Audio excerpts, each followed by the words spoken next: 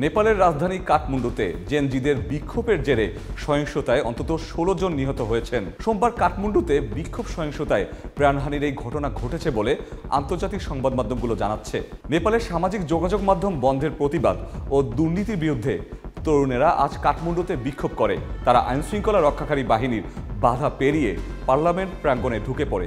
তখন বিক্ষোভকারীদের ছত্রভঙ্গ করতে কাঁদানে গ্যাসের সেল ও জল কামান ব্যবহার করে পুলিশ। এতে ব্যাপক প্রাণহানি হয়। এরপরও হাজার হাজার বিক্ষোভকারী নিরাপত্তা বাহিনীর বাধা উপেক্ষা করে রাজধানীতে অবস্থিত পার্লামেন্ট ভবনে ঢুকে পড়েছে।